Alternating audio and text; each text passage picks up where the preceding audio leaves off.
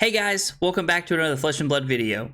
This video is proudly brought to you by the House of Cards, the official sponsor of my stream. Be sure to check out the link in the description below for all of your Flesh and Blood needs. For today's video, we have Fai versus Iyslander. This is a classic-ish matchup. Uprising brought these two heroes out, and ever since then, they've really been a staple of the metagame. Fai is very hard-hitting, it comes at the metagame very fast-paced, and Iyslander has a lot of disruption. Now, you'll hear a lot of Iyslander players, like Wizard players, say that they think Iyslander's favored. You'll hear a lot of Ninja Fai players say that they think that matchup is favored in Fai's favor.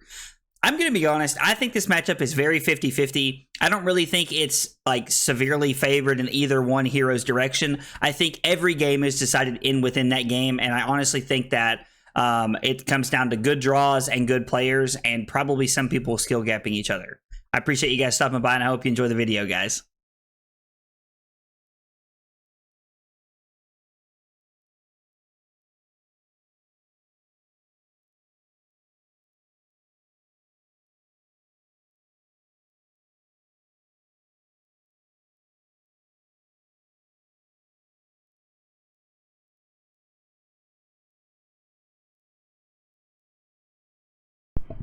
It's a pretty good start for our opponent here.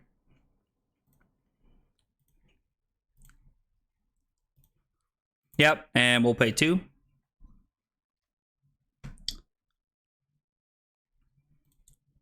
And then I will stay at 37 to pitch the Lava Burst here.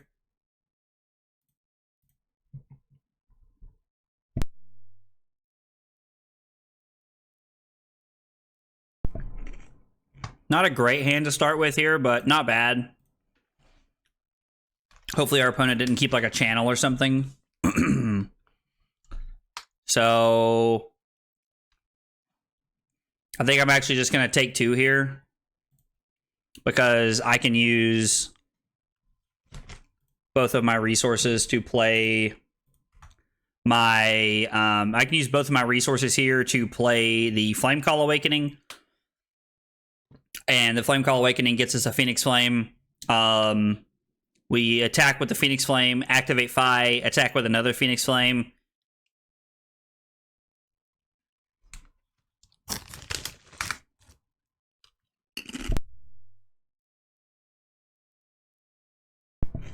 Instead of attacking with a second Phoenix Flame, we're probably actually going to pitch it for Kodachi, because it's 1 versus 1 here. We're already going to be able to trigger this Tiger Stripe Shuko with the Lava Burst here, so there's no reason for us to take it out of our deck. Yep, I'll take 5 here, and then we'll force our opponent to try and block us efficiently this turn, because I could have a Snatch they're not aware of. Like, Soaring Strike is a card that you should be respecting if you're not. And our opponent gives up a sink below here for it. I think that's a very good decision from our opponent. We're going to pay for the Frostbite to be able to do this. Flamecall Awakening lets us get a Phoenix Flame. Our opponent goes to 33. We play the Phoenix Flame here. We have to play the Phoenix Flame first. We can't just activate Fai here. It's not the same thing. So we play Phoenix Flame. Activating Fai is now free because we have 3 Draconic Chain Links. We're going to come in with the Kodachi here, because we know that we're going to use our Lava Burst to arsenal or to set up, or we're going to use a Lava Burst to trigger the Shuko. So pitching our Phoenix Flame makes our other Flamecall Awakenings better here, and it also gives us the same damage output, so there's no difference here. Okay, so they have a sink below, so they're going to take 2 and go to 29, which means we have a 3-point lead.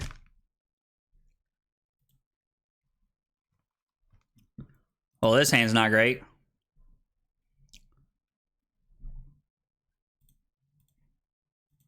We'll come in for 4 and see what they do.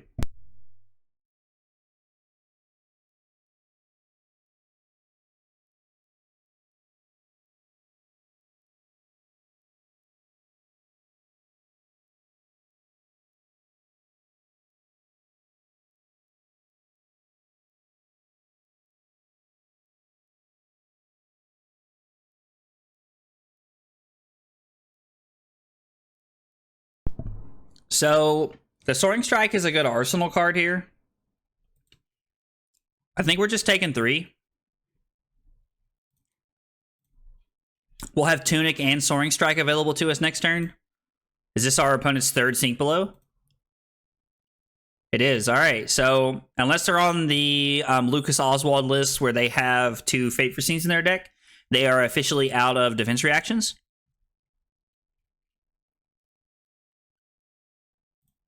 It's like they probably chose the wrong card to sink there, I imagine.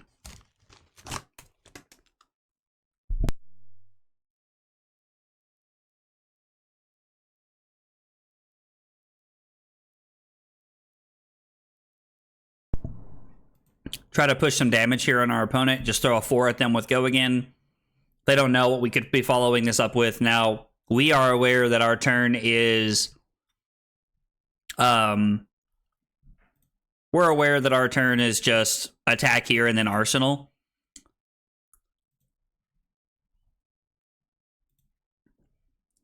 This is a very good hand.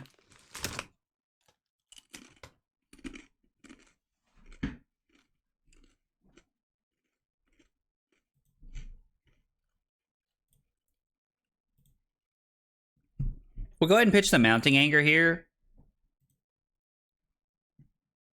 I honestly don't even know if I want to go for the Art of War.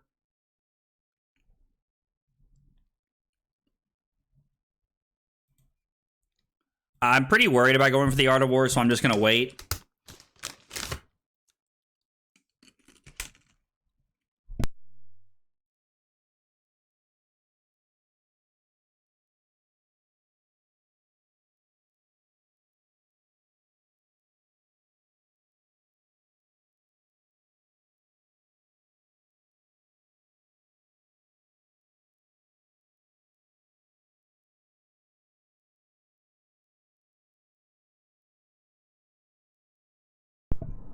Using Art of War in a 5-card hand is obviously the best scenario. Now,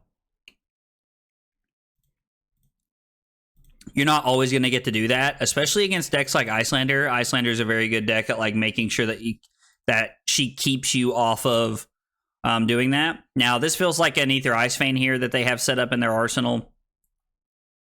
I honestly believe that's just what they have. Yeah, it's like this just screams Aether Icebane to me.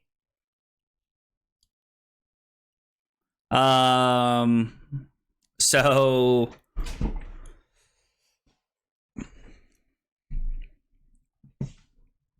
what did they reveal? Aether Hell?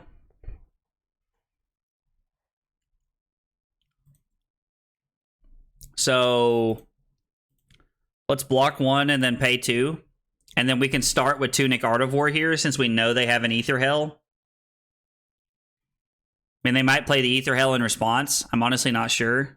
If they do, that's pretty smart by them. Yep.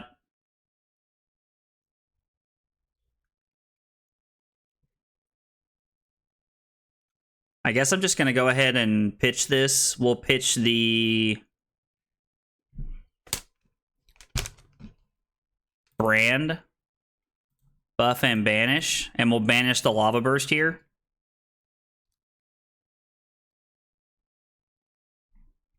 I'm going to take 3 from the Lava Burst, or from the Waning Moon here. Let's get a chance to see our cards.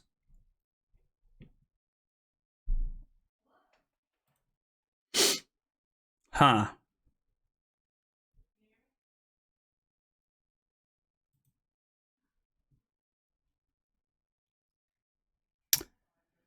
Well...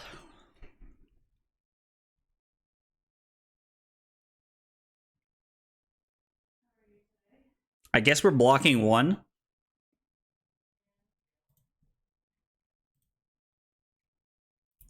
Tunic resolves.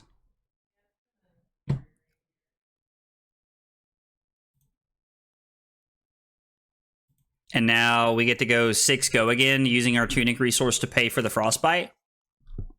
And then we get to throw Blaze Headlong for 5. This was not a great turn cycle for us at all.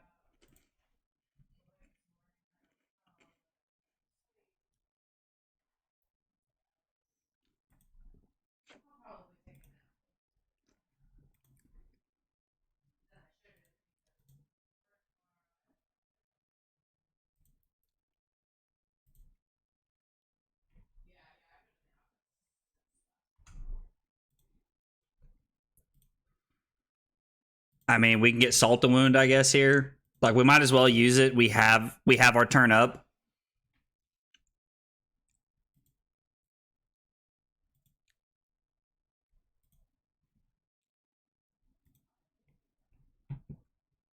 Salt the Wound's going to be for 5.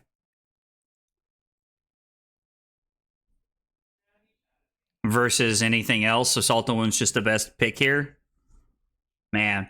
Yeah, this was a pretty lackluster turn. Okay, yeah. I mean, that's unfortunate. Like, we had to go for it there. I don't think there's a world where I'm ever not using my mask there.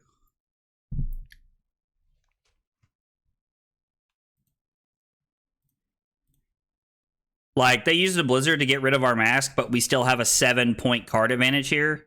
Or a 7-point life lead.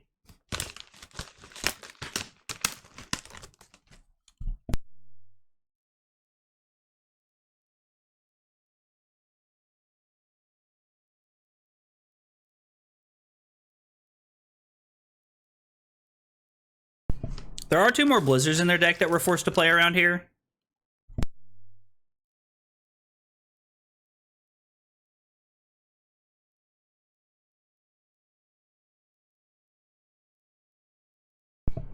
I don't think I'm actually playing around them. Like, they obviously want to keep their hand, so I'm just going to force them to give me a card in Iron Rock Gauntlet here.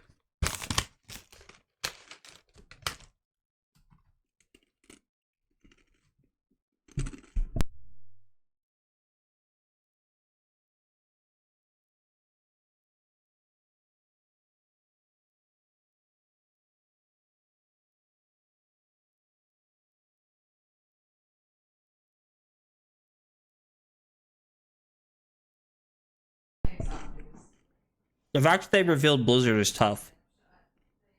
That's a real hard situation for us here.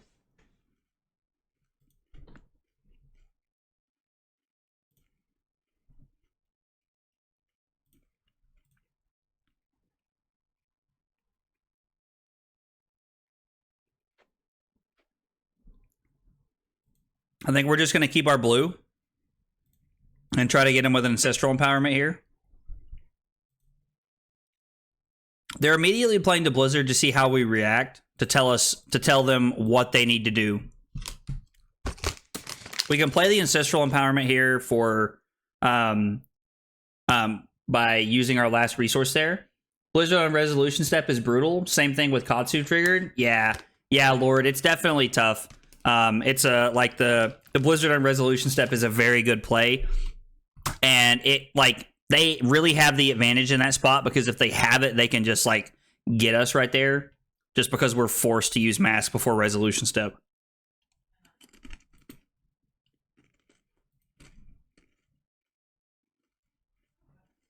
This is definitely an Arsenal card.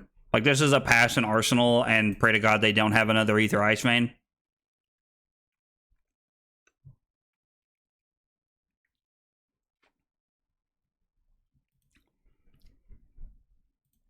I mean, yeah, I'll pay. Like, I have to pay here. Okay. I am so much happier with that decision. Like, I am so much happier with that decision than I am with them to Coronet peek us there. Knowing that they have channel, they definitely should have Coronet peeked us there.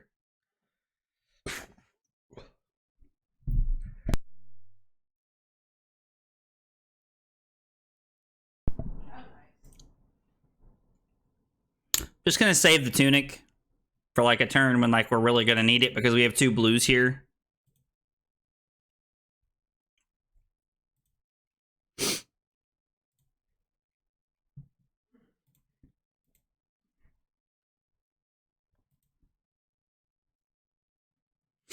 I definitely want to prevent damage here. It's the value of having a 3 blue hand.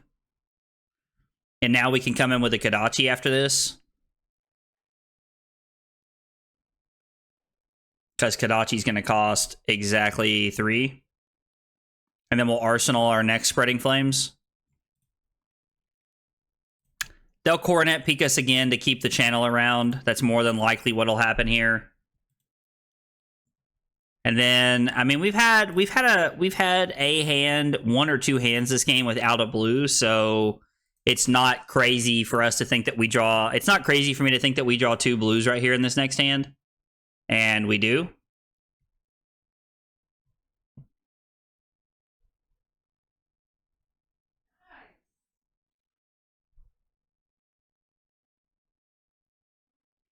I mean, that's pretty good for them.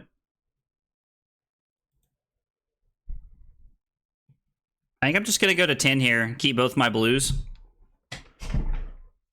Like, I think that's just our best play here. I could prevent 2, but then I'm just putting myself in a bad spot if they have a blizzard or something. Like, the Icebind was actually pretty sweet there for them. Yeah, your blizzard's going to do nothing for you, pal. At the last blizzard, I believe that's all 3 of them. 1, 2, 3. Yep, it sure is. We'll pay 2, pitching a Warmonger's Diplomacy.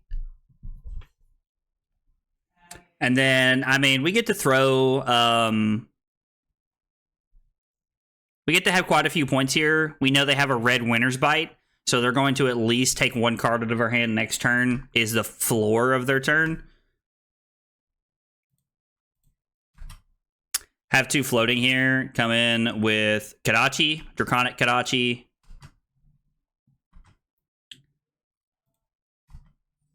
And then we have Ronin Renegade for 3. This would be a great turn to have Mask. Like, if the Mask play was so big for them. We banished Assault the Wound for almost 0 value that turn, and it was just so bad. Like, it was just a really bad situation for us. I'm afraid that that turn was good enough for them to where they're going to be able to blow us out here. Now I'm just going to discard a card. Like, you're not getting a card out of my hand here.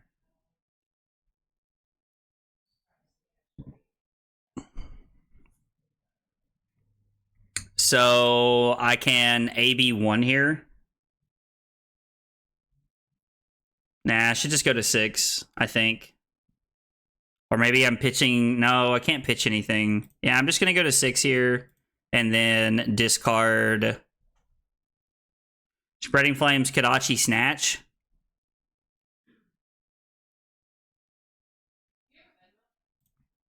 Yeah, I guess we'll discard this. I don't know. I don't know if that's the correct play here or not. I don't know what their last card is, so it's tough to say.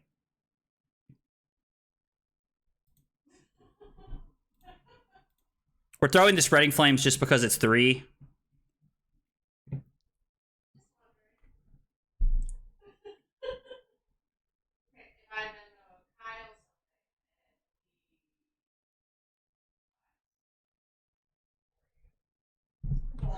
Let's write that down so I don't forget that. Listen, I need to get you a birthday present. So Poison Ivy skin seems like a pretty good birthday. Okay. Hearing Carly talk about something in the other room made me think about something, so I wrote it down so I could remember it. So Polar Blast is 1 Frostbite. So I'm gonna block 2 here.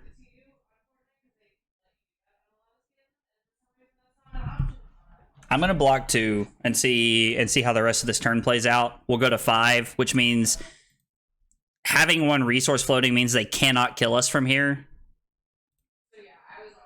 So no, we're not gonna pay, and then they have to block this. They could give us Coronet Peak here, I suppose, and go to 1. And then we're in a weird situation. I mean, I guess if they have a red... If they have a red Ether Iceman in hand, they can kill me. I don't know if they even have any left in the deck. I know they've played at minimum 2. They have played 2, so there is still 1 left in the deck. So I could have just died right here, but I think I have to get another card out of my opponent's hand here if I'm going to have a chance.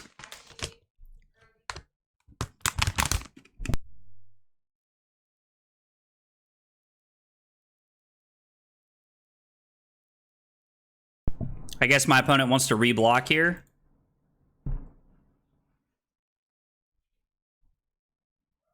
I don't know.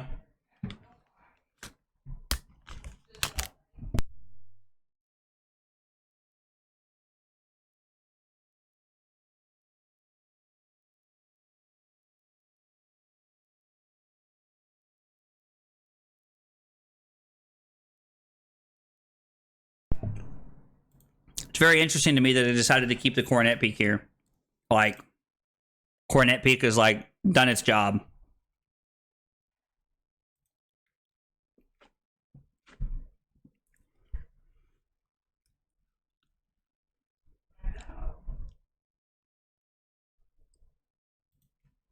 I think we're going for it here. Like, honestly, I think this is a turn where, like, we have enough resources to where I'm just going to lead on the Art of War and see what they do. Like, if they have a channel, it's really bad for us. I'm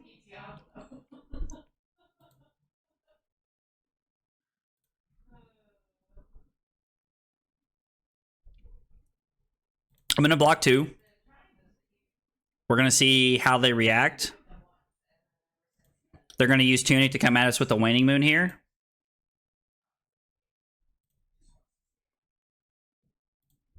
We're going to block 2. Now, if they have a ready Thriceman in their hand, they kill us. Which is, like, I mean, there's 1 left in their deck. It's a very strong possibility. I don't remember them pitching it.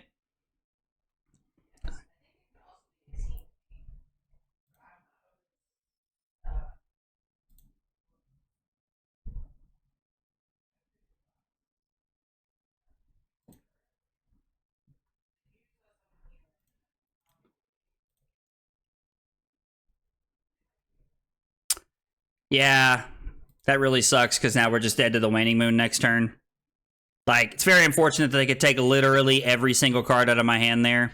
Like, there's nothing I can do about it because now if they can literally play anything from their arsenal, we're dead here. Like, yeah, so we're just dead to the Waning Moon. Yeah, that's unfortunate, but that is how it goes sometimes. That is this matchup to a T. I ended up losing a really close game here. The big swing turn of the game was obviously when I went for the Mask of the Pouncing Lynx, and my opponent had been patient enough to hold onto the Blizzard. It was a blowout. I didn't get to play my Salt to Wound. Like, it was total, utter tempo swing in their favor. Now, I was able to recover a little bit and try to put some pressure on them, but from that point on, it was just bad enough for me that my opponent was able to walk the life totals down, get me within kill range because AB2 will only protect me so much, and then they went in for the kill shot. This was a really close game, and I feel like it really highlights the matchup. I feel like you get to see how Fai can fight back even with a little bit of disruption, and I also feel like you can see the value of being a good Iyslander player and being patient, and you really get to encompass what the matchup looks like as a complete perspective. As always, if you guys think I missed anything, please be sure to hit me up in the comments below. I'd love to hear another opinion or another line I could have taken. If you liked the video, be sure to like and subscribe for more content, and take it easy, guys. I'll see y'all next time.